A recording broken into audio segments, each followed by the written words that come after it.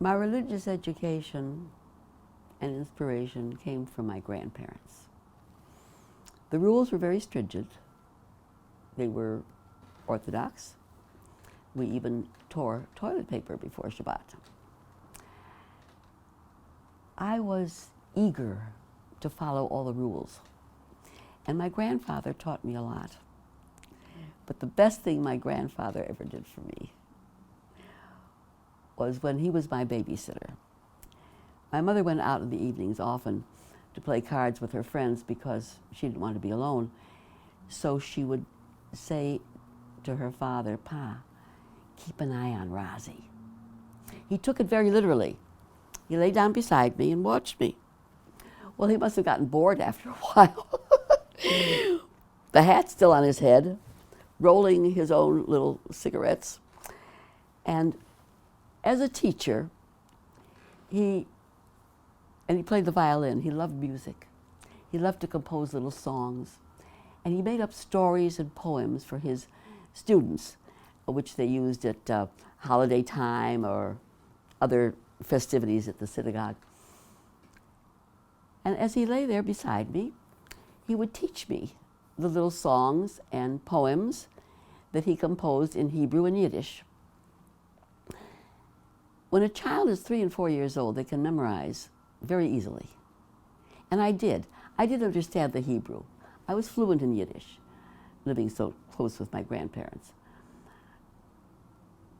When there was an event at the synagogue, he would take me and put me on a chair and say, "Razele, read, speak." And I'd say my piece. And I loved the feeling I got back. People were not only attentive, but they were delighted. Oh, they would say, "It's Reb Ziff's granddaughter. Isn't she cute?" Well, I thought, this is the life. This is what I want to do. I really do believe that that gave me the first inklings of wanting to be a performer. Not only that, but it gave me confidence that I could stand up in front of people and not be afraid. When I got to school, later grades, if there was ever an announcement that had to be made in the assembly, I volunteered. I knew I could do that. I was in school plays. I felt that this was my vocation. I was a speaker. When I was about the same age, and my mother would sleep in mornings, I crept out of the bedroom down to my grandmother and grandfather's apartment. That's where the action was. That's where it was fun to be.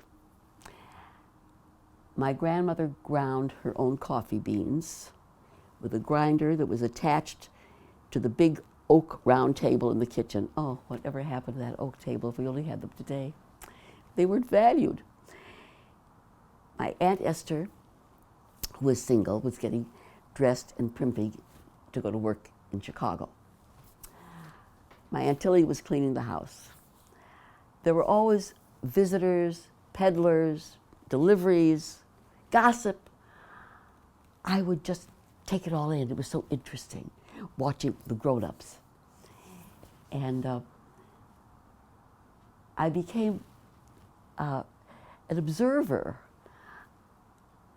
I learned so many things that other children didn't know because I was always hanging around the grown-ups. I was the oldest grandchild. My beloved Aunt Esther had a boyfriend, Sidney. Sidney had a Buick rumble seat sedan. Well, it wasn't a sedan, I guess it was like a coupe, they called them. The back seat had a toolbox, taupe-colored velvet toolbox in the corner. Well, this boyfriend gave my cousins and me a ride sometimes when he'd come on a summer evening and we were still awake playing in the yard. And this to us was glamour. In fact, we used to play the next day. I was Esther and I would primp and Marvin was Sydney, and he'd come up in his tricycle, that was the Buick, and I would hang on, and we'd go out for a date. We were always making up games. I mean, what else was there to do? We didn't have parents guiding us for play and activities, which was, I think, much more worthwhile when I come to think of it.